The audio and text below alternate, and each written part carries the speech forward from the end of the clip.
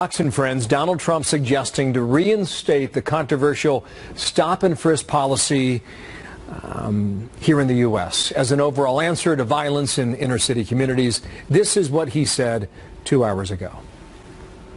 Rudy Giuliani did a great job as mayor, and they really straightened things out with stop and frisk, and it was used further by the next mayor, Bloomberg, and now they just, recently, not so recently, but fairly recently, they stopped it. Well, Rich Lowry, editor of National Review and a Fox News contributor, and Juan Williams, Fox News political analyst and author of We the People. Gentlemen, good morning to both of you. Apparently, Trump in Pittsburgh is going to talk about this again in about 30 minutes from now. We'll see what he says.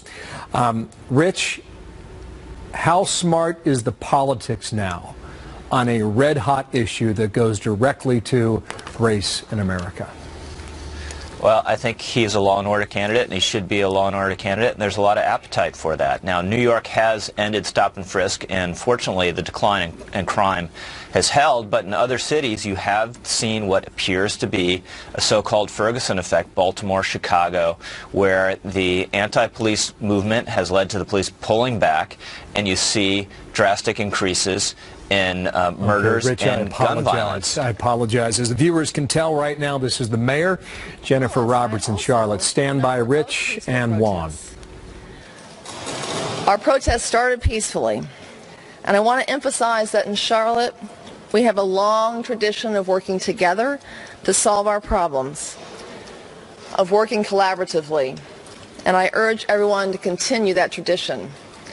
I want to recognize in that spirit of collaboration that behind me stand a number of our community leaders, our state leaders, our county leaders, our city leaders.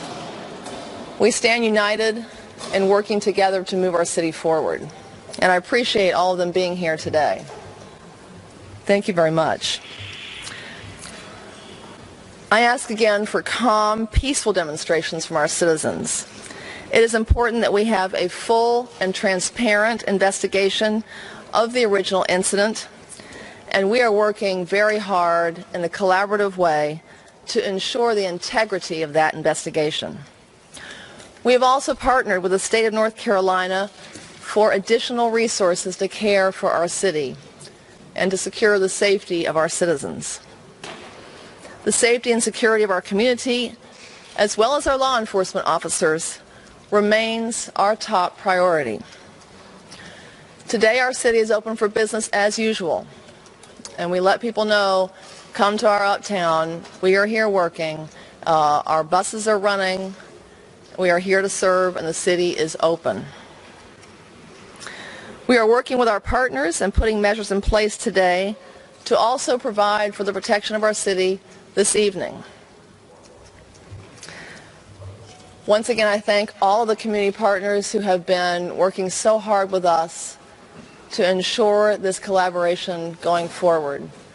We saw some tremendous work in that area last night. I want to especially thank our religious leaders, our faith leaders, our community leaders who were out last night working so hard to keep the protest peaceful.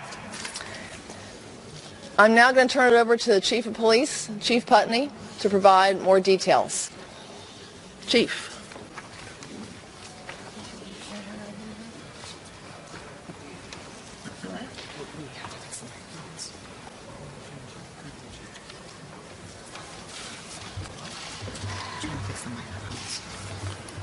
As luck would have it, we're having technical issues when it's my turn to talk, so please be patient.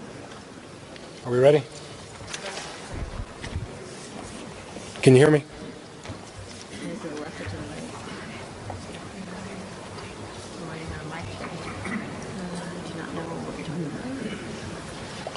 All right.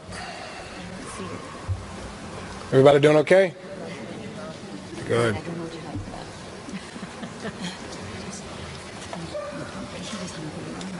It's okay. Go ahead, Chief. Morning. First of all, I'm not here to defend a position. I'm here to give you some information. We have had a lot of things that transpired last night that we're still trying to piece together, and that'll make more sense once I get into the chronology of what exactly took place. Yesterday, at about 6 p.m., a group of peaceful protesters from Marshall Park moved towards the police headquarters building and began to exercise their First Amendment. This was a very peaceful demonstration. Later on, additional protesters started to join the ranks of the initial peaceful protesters, and they began to block some of the roadways as they headed towards the transit center and the epicenter. At about 8 p.m., a group started to jump on vehicles in about the 700 block of East 7th Street, and they began to damage property at the epicenter. We deployed our civil emergency unit at that point to de-escalate the situation and again restore order. At about 8:30, we had officers who responded to North College Street and East Trade Street for an assault with a deadly weapon call. One person was located with an apparent gunshot wound, and he was located there in the Omni Hotel. Right now, that shooting victim's in critical condition. Due to concerns around security, the victim was evacuated by our Bearcat, our SWAT armored personnel carrier. We couldn't get medic in at the time because of the size of the crowd. The victim was then transferred to medic and was transported to CMC Maine, as I said, with life-threatening injuries. At that point, because of the size of the crowd, we deployed gas, and that would have been at about 8:43 p.m. The reason I say I'm not defending the position is the shooting that took place, there's a lot of information about who did that shooting.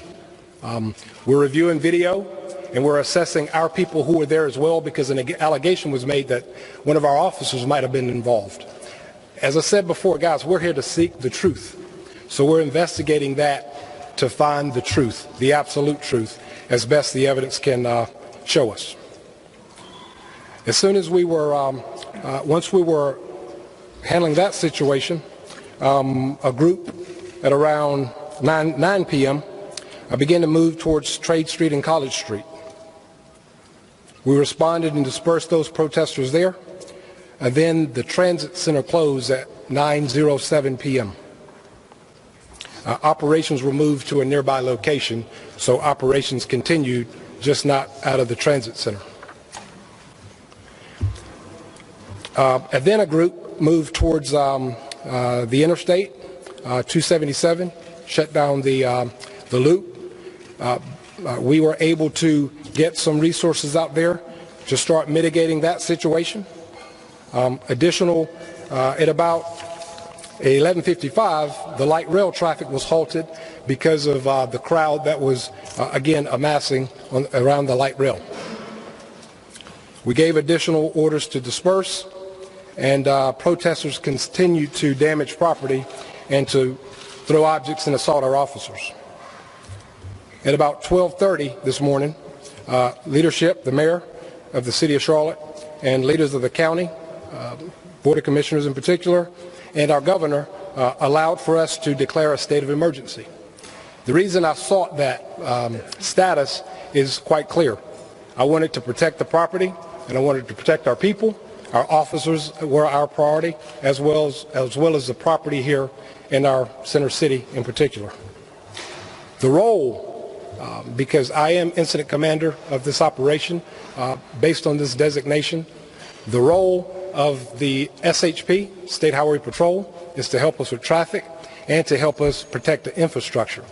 The role of the National Guard is to primarily help us around infrastructure. We had a lot of looting, had a lot of businesses, quite a few businesses that were damaged, and our intent is to protect those assets so that we don't suffer further damage. At about 3 a.m., the protests subsided. The damage to property subsided, and people began to disperse significantly. Overall, we had 2 officers who had eye injuries that were relatively minor, and 3 were treated for heat-related issues. We had a total of 9 civilians, according to medic, that were injured in this incident as well. We made a total of 44 arrests. Charges range from failure to disperse, to assault, to breaking and entering, basically breaking into businesses and stealing. As I said, we're going to continue to review the video footage because I do not believe we have all the criminal suspects to charge with various crimes at this point, and will not rest until we bring all people to justice. That's what happened in the past. That's how we got to right now. Now I want to give you a glimpse of what we're looking to do moving forward. We have a full complement of our civil emergency unit ready to continue working to prevent violent crime, assaultive behavior, and property crime as well. We have our officers who are assigned to foot patrol, bike patrol, the enduro, dirt bikes, as well as patrolling at our mobile CEU vans. You will see a heavy uniform presence, obviously. Our aviation unit will continue to be our eyes in the sky and give us an aerial view that we couldn't have otherwise. We continue to use our real-time crime center to give us a technological advantage with roughly 1,000 cameras that help protect our city.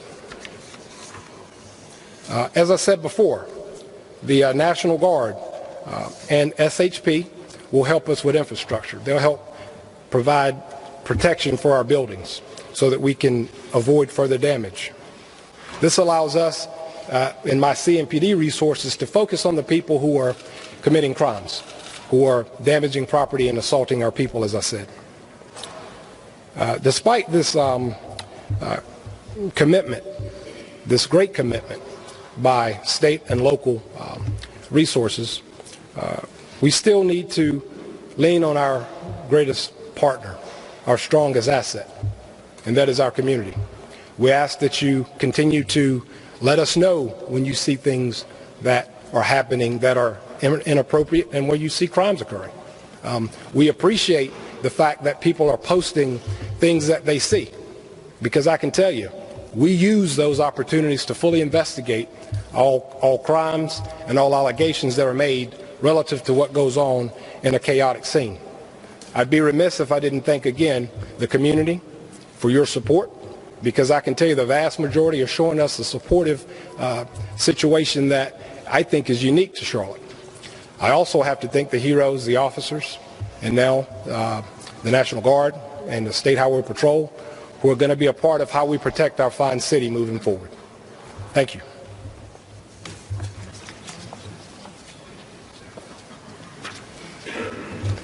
Good morning again. Let me start by saying, well, fancy meeting all of you here today. My name is Willie Ratchford, and I work as the Executive Director with the Charlotte-Mecklenburg Community Relations Committee. In my 41 years of working for the City of Charlotte, I have never witnessed the things that we have seen in the past 48 hours. This is not Charlotte. This is not how we have operated as a city in the past. Charlotte is a community where we work toward tolerance and we work towards understanding. Charlotte is a community where we strive to leave no one behind and to make assurances that everyone, regardless of their station in life, has an equal opportunity to succeed. Charlotte is a community that together seeks the truth. I'm urging each of you, members of our community, to come together in peace. We are a peaceful people. This is our community, and I expect everyone to come together to do what is right, to do what is just, and what is based on factual information and not speculation. Let's work together to seek the truth, find the solutions, and continue to build an inclusive community where respect and peace prevail. And at this time, I think we will take some questions. Thanks. Actually, if you'll bear with me, before we take questions, I've been asked to repeat some of my opening comments before we had the microphones working. I will do that really quickly. I just want to reiterate this has been a difficult period for our city. The events of last night are not the Charlotte that we know and love. We also, by the way, saw a number of peaceful protests in our city last night. And I want to emphasize that in Charlotte we have a long tradition of working together to solve our problems. And I urge everyone to continue that tradition I reach out especially to thank the faith leaders and other leaders who were actually on the streets last night working very hard to provide a buffer to de-escalate violence, to put themselves out there on behalf of our community with just an incredible love for our city, and we appreciate their efforts. I ask again for calm, peaceful demonstrations. It is important we have a full and transparent investigation of the original incident, and we are working hard collaboratively to ensure the integrity of that investigation. We have also partnered with our state for additional resources. The safety and security of our community, as well as our law enforcement officers, remains our top priority. I want to reiterate the city is open for business today. Our transit system is running. Our businesses are open. Our center city is here to welcome you. We are working with our partners and putting measures in place to provide protection for the city this evening as well. And I again appreciate everyone getting the word out and talking to folks about working collaboratively, reminding folks that the family, the Scott family's wishes have also gone out in a statement for peaceful protests, for peace and calm, and to let the investigation follow its course. Now, Chief, you step up. We will open up for a few questions. Question here? Sandy's going to do it. Hang on, we're going to take them one at a time. Sandy's going to be. Right here. Yep. There's been a lot of concern about progressive blocking main highways. There's now where innocent people in a semi or cars have been attacked. What is the advice for people that are stopped or surrounded? They've gotten through the protesters, they sit there and get their car get destroyed. What is the advice from seeing people stuff like that? That is exactly why we made the declaration that we did. Our issue has been we couldn't be as responsive as we needed to be, as quickly as we needed to be, because our resources were being pulled in so many directions. So what we ask you to do is, as soon as you stop, the ideal thing to do is make sure you stay in your vehicle, lock your doors, and help is coming. Our issue has been, it's taken a while to get to you because the limited resources that we had were tied up. And now, because of the partnership that we have with our state agencies, SHP and National Guard, that is not as significant an issue. And that bore itself out last night. We were able to open the loop up pretty quickly, the 277 loop. Hey, Chief, Nick, we're going to you. Hang on. It's okay. We're going to Nick next. I'll come to you. I'll come to you, sir. Hang on. Sir. Yes, sir. There's a lot of questions. Nick, next. Okay. I'll be right with you, sir. Chief Putney just underscored the importance of having those additional resources from the state and helping them respond.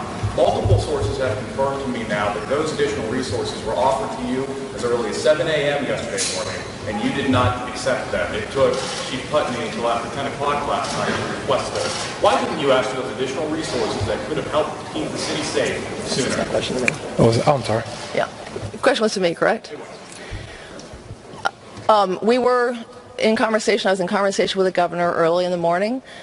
During the day, the center city was peaceful, and during the day we had indication of peaceful protests. We saw some peaceful protests. We are a team here in Charlotte. We are a team. I rely on my experts to give me the appropriate advice at the appropriate time for the appropriate resources that will be needed. I was in constant contact with the chief, both chief of police, fire chief, medic, all the folks who are first responders. We were in constant contact. We made the decision collaboratively when those resources were needed at the appropriate time. Sir, we'll come to you next. Yes, sir. Chief, when will the city release a video of the shooting from the other night? And if you can tell me why there's been this delay. And one last question. Could I take them one at a time so I remember? When we're going to release it? Ultimately, as I said before, our practice has been not to release, but to allow for the party who feels they've been mistreated in any way to see that. A request has come our way to do just that, and we're going to honor that request. But there are other things that are going on too about, just to be quite frank with you, whether there's going to be an outside investigation. And at that point, it would halt what we're doing moving forward as far as releasing anything. So right now what we're going to do is honor a request that has been made with the family because it's still in my purview to do so. But beyond that, it'll be much more collaborative in what I can release. So the request came from the family not to release the video? No, sir. I'm saying they made a request to see it, and we're looking to accommodate that request. Okay. My question is, if it shows what the police say the version of the shooting was, wouldn't that have possibly quelled some of the violence that has taken place over the last, and some of the confusion that's taken place over the last 2 or 3 days? I would like to think that, but I can tell you this. As I said yesterday, there's your truth, my truth, and the truth. Some people have already made up their minds what happened. We've given multiple facts, and there'll be an update later this afternoon about more additional information we're getting. But that still doesn't change the mindset and the perspective of some who want to break the law and tear down our city. So if there is compelling information that I think helps, we'll show it. But again, I'm going to be very intentional about protecting the integrity of the investigation, and in so doing, I'm not going to release the video but other cities where right there now. have been shootings, they've released video pretty quickly. Sure. Even when it showed that So we're gonna move police on. officers were in the wrong. So Sure. I guess the question once again comes to, Sir, he's answered your question. Well, what I can tell you is we release it when we believe it is a compelling reason, but I'm not going to jeopardize the investigation. And right now, even though we're investigating, we probably won't be long term, because a request has also been made that an objective party, the SBI, move forward in the investigation. So I'm not going to release anything that would be on somebody else to release, sir. Next question right Yes. Chief, yesterday, Yes. the reports and you said you were anticipating more protests last night. Yes, sir. You were ready for it. There are people in the elected community who are disappointed at how you handled the rollout last night of the protests. So the question is, why did you allow things to escalate to the point that we did last night? Well, I don't believe I allowed anything. I believe what happened is people were violating the law. They were in huge numbers, and it's something that we can't anticipate. But we had re-evaluated and restructured our staffing model. We'd increased significantly the people that we were going to deploy, and we felt pretty comfortable we could handle what we're going to encounter. When that became an issue for us and they exceeded our capacity, we did what we had to do to make sure we got the resources. So we asked for this declaration. That was the sequence. Thank you, sir. Thank you very much. Question here. Can you clarify about the video that you're not going to release it, but you're going to allow another party to do it? There's Disseminate it for the public? How can we get a description? Sure. There's a difference between disclosure, allowing someone to see it, and that would be the party who feels they've been aggrieved. That's what I'm going to do. But release would be to the masses, and that's what I'm not going to do. Can we get a description? Can we be able to at least get that from someone? Hang on. Sure. What I can tell you that I saw, and I was very clear when I talked about this before, is the video does not give me absolute, definitive, visual evidence that that would confirm that a person is pointing a gun. I did not see that in the videos that I've reviewed. So what I can tell you, though, is when taken in the totality of all the other evidence, it supports what we've heard in the version of the truth that we gave about the circumstances that happened that led to the death of Mr. Scott. Adam Maroon. Is there going to be a curfew tonight, Chief Putnam? Again, this designation allows for that. I don't intend to use it unless it becomes an issue and we need to clear the streets sooner. Well, it depends on what we encounter. I can't tell you a definitive time. It's just going to depend on what we see and use that to better manage and allow for public safety. Question here. Yeah, you seem to get mixed messages here. On the one hand, you're saying we should have full transparency. On the other hand, you're saying you're not going to release the video. How can you square those two things? Obviously, the idea of full transparency is release the video so we can all see it. Sure. I appreciate your passion, but I never said full transparency. I said transparency, and transparency is in the eye of the beholder. I can tell you the party right now who really is my priority in honoring their request is the people who really are the victims of the shooting. So what I'm going to do is honor that request, and I'm going to tell you, if you think I say we should display a victim's worst day for public consumption, that is not the transparency I'm speaking of, sir. Hang on. Question right here. Question right here. I'm confused about the third Sure. situation because you are speaking at a time. It doesn't tell people when to get off the street.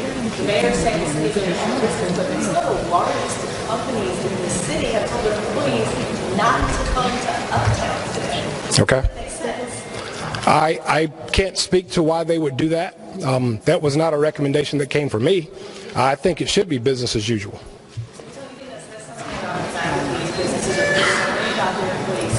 Without a doubt. They told them not to come here today, and then for there not to be a curfew that's definitive, it's kind of hard to enforce on people other than spreading word of mouth. Why not just say now, the curfew's 8 o'clock, you have to be off the streets at 8. Let's just say that as a blanket to make sure everyone knows to go home and prevent something like this from happening again. Other cities have done that. Sure. It seems to have worked successfully for them. Sure. We've done that in the past too when we saw the need. So right now, we don't see the need to shut the city down at a specific hour. Yes, ma'am. My answer doesn't change. We don't see a need to definitively shut the city down at a specific hour because we can't anticipate. What we do know is we have the resources now to protect infrastructure and to be a lot more proactive in arresting people who commit criminal offenses. Okay, question here. Question for the mayor. Mayor, you say this doesn't represent Charlotte. We know that the city is looking for business. But some people think we're missing the point that it was an incredibly violent night on the street of Uptown. And here you are welcoming business to come to the city when shouldn't we be standing in front of the podium talking more about security than business? We're talking about both. And I think, as our chief has stated, that it is a fluid situation, and absolutely there are certain times of the day, absolutely it is safe. People are walking on the street, people are conducting business as normal, as usual. We are monitoring the situation, we have eyes on the ground, we have great feedback, and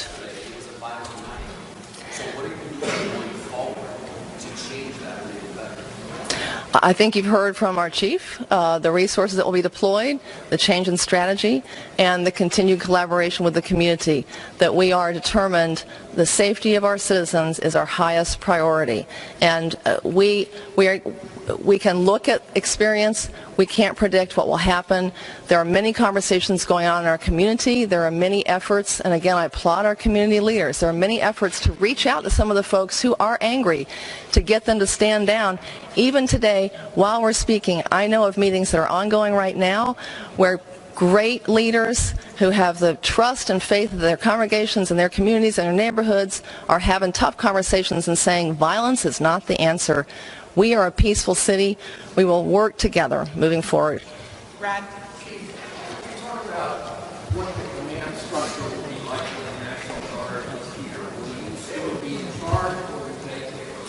I am still incident commander, so I'm still in charge, and the structure flows from there. Yes, sir. Right here. I'd like to get your reaction to this. We just spoke to an official who has seen the police video that says that Mr. Scott made, quote, obvious threat towards police officers, not only the gun, but also an ankle holster. It's a very short clip. That's what we saw. I'd like to get your reaction to that. Also, when we can expect the video. When can you expect it to believe? You shouldn't expect it to be released.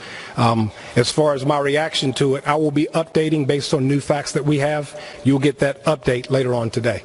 I'm not ready to give that yet because there's still a lot of questions that I have and a lot of information that needs to be vetted first. Thank you, sir. Right here. Chief, so if they're waiting to see if we need a curfew, then exactly what's going to be different tonight? Because a lot of different organizations Sure. are already concerned about this weekend's impact, including the Panthers whole game. So what are we doing different tonight if we're still waiting to see if we need a curfew? The big thing we're doing different is we have several hundred additional assets to protect the structures, the businesses, and our personnel, and we're going to be a lot more proactive.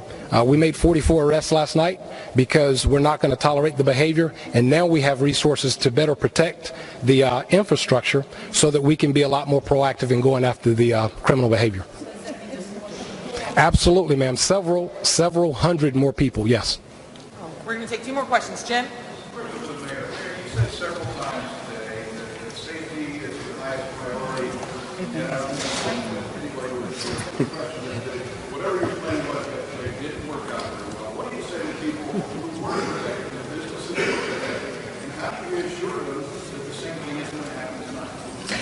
I think you've heard our chief say very clearly we have additional resources on the ground that we are working on a new strategic response that will ensure that safety. Every situation is volatile, and we will do as much as we can to ensure that safety. We can't guarantee not knowing what incidents will happen, what groups will be gathered, but we have every confidence that we are going to put the resources in place that are required and needed. And it is my sincere hope. I reach out to the community. I ask for continued conversation. All those leaders who have reached out to me personally, you are amazing in the message that you are carrying about nonviolence, and I have faith that we will continue to progress.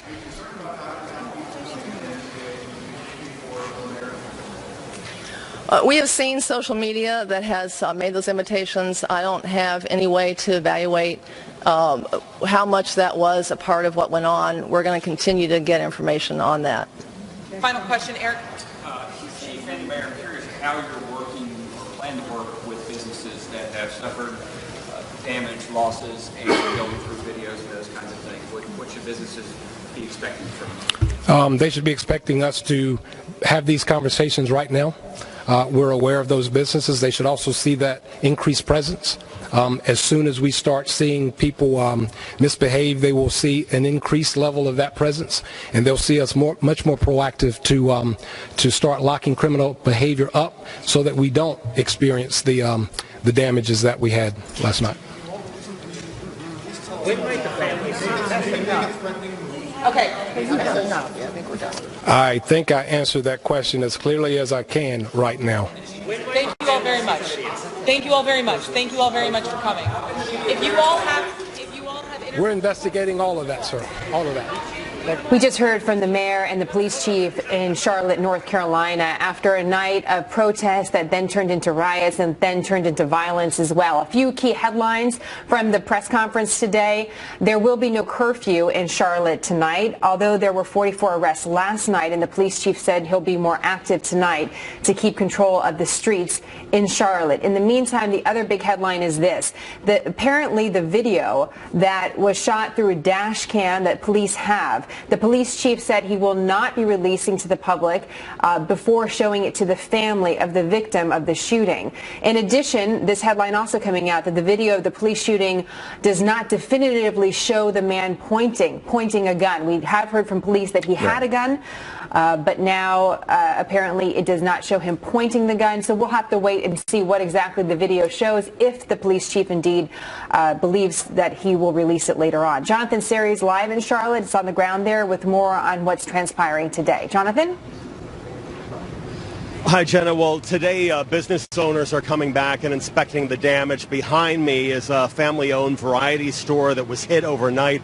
Fortunately, no one inside the store at the time, but the owners wanted to wait until daylight to inspect the damage. They say most things of value were taken overnight. Other businesses were hit as well during the protests. The protest had started out as a peaceful rally in Marshall Park, and then the peaceful demonstrators, many of them went to a local church. Other protesters stayed behind, protesting in the streets, and a smaller group of them clashing with police. Now, all of these protests stem from the Tuesday police-involved shooting of Keith Lamont Scott. And what's emerged from this is two very different versions of reality. Some of the protesters claim that it was a white cop shooting a black man who was unarmed. Police, though, say that it was an African-American police officer who shot in self-defense, that this was an armed man that was threatening officers. They say that there is dash cam video and police body cam video that corroborates their story. Again, they are not going to release that video right now to the general public, but they are trying to have a viewing for family members of the man who have shot to grant their request. I have some still pictures now that I want to show you that were taken just outside this business where we are. This morning, Charlotte-Mecklenburg police officers came to this business initially to ask questions to try to find out who was responsible, and then when they completed their investigation, officers, they got out a broom, they began repairing the windows, the doors out in front, and if you come back to my live shot, you can see there are still 2 officers inside this business trying to help this family repair all the damage from last night. Jenna? A big question about what's next. Jonathan, thank you very much. We're going to have much more on this story. One of our big stories of the day. Of course, the investigation is ongoing. And Greg Jarrett is with us today here on Happening Now. You were listening to the police chief with your law background. What do you make of this video not being released and kept, at least from the public for now? Well, it may be a mistake because the police chief was questioned on numerous occasions during that news conference. Why don't you release the videotape as soon as possible to avoid and deter any further violence? Remember, there's a man lying in a hospital bed who was shot last night in critical condition. Had that videotape been released earlier in the day yesterday, all of that might have been avoided. Cameras don't generally lie unless they're altered in some form. Assuming this hasn't been, it might prove the police theory that this was a justified shooting. Remember, just having a firearm is not a crime. It's not a threat. Are you concerned about that now, that perhaps that could be it, that it doesn't show enough to justify the shooting? And that may be why the chief of police is reticent in putting forth this video. May be why the chief of police is reticent in putting forth this videotape, but the longer he does it, the greater the increase of more violence. Well, that's interesting. So that's something we're going to watch for. At this time, we have no more information other than what the police have told us. So we're going to go on that and continue to watch the situation in Charlotte. In the meantime, we're going to have a former member of the FBI's Joint Terrorism Task Force join us in just a few minutes from now, talking a little bit about this story and other news we have today. Well, we're going to move on to politics now. Hillary Clinton and Donald Trump go head-to-head in just a few days. And the first presidential debate is something that's going to be watched very closely. Both nominees have been preparing for weeks. In fact, Hillary Clinton isn't campaigning today in order to prep. According to our next guest, Clinton will likely focus her efforts on persuading younger voters to back her instead of a third-party candidate, while Trump has to unify the Republican base, many of whom are still on the fence as to whether he's qualified. Perhaps not many, but certainly a segment. In the end, how much do the debates matter? According to Larry Sabato's crystal ball, quote, there has been at least one televised presidential debate every 4 years for 4 decades now. The streak began in 1976. Every 4 years, the debates seem very important. Whether they are or not is open to debate. Larry Sabato is director of the Center for Politics at the University of Virginia. I didn't add the ahem in there, Larry, for dramatic effect, but it is written in. So traditionally, you don't see debates as moving the needle at all? Well, sometimes they move the needle, but often they move it only for a few days or a week or 10 days, and then it goes back, the campaign goes back to where it was, at least in the polls or the polling averages. Jen, I have to say one thing, though. The candidates always try to anticipate the questions and come up with a blockbuster answer. Well, I think everybody knows what one of the questions is going to be, maybe the first question. We see what's happening in Charlotte. We've seen what's happened now for many, many months. I'd be surprised if the moderator, Lester Holt, did not ask a question either at the top or early on about this particular subject. So the candidates kind of got a heads up here. And the story is changing very quickly, so we'll see where we are indeed 4 days from now. There's a special burden, you say, on the moderators this year. What is that? Well, the moderators are being pushed by many people to fact-check the candidates, which of course calls for a lot of knowledge on their part about many, many different subjects. It's also a dangerous terrain for them, because if they appear to be siding with one candidate or the other, let's just say they will get thousands and thousands of emails and tweets and letters and calls. And I rather think they would like to avoid that. On the other hand, there are people people who advocate that moderators should minimize their role in the debate. They should let the candidates conduct the flow of the discussion, keeping obviously some kind of time count to make sure that both candidates have a reasonable chance to make their case. Interesting. So we'll watch for how the moderators handle it, Lester Holt being the first one. You see that Clinton needs to persuade younger voters. She also needs to pull a few percentage points, you write, worth of anti-Trump Republicans. I'm curious about that second segment, the anti-Trump Republicans. Can Clinton win if she doesn't pull those Republicans over? Well, she can. Obviously, she would like for there to be enough of an edge so that it brings in a Democratic Senate. If she does get elected president, her presidency is going to be much more difficult if both houses of Congress are controlled by Republicans. So I think that's part of the thinking. But, you know, look, there's been one survey out, Jenna, already suggesting that millennials are the least likely segment of the electorate to watch this debate, which disappoints me as a college professor. I'm trying to get all these young people to watch, and you know, there's something I've learned over the years about young people. They're always busy, Jenna. They're so much busier than all the rest of us are. What are they doing, Larry? That's what we want to know. And that brings up the interesting... You're afraid to ask, I'm afraid to know. You know, then that brings up an interesting question about debates, about whether or not whether they matter, but whether they matter to the groups or the voters that the candidates really need. Just finishing up here on Donald Trump, one of the things that you say about Donald Trump, and you've said for the last several weeks, you know,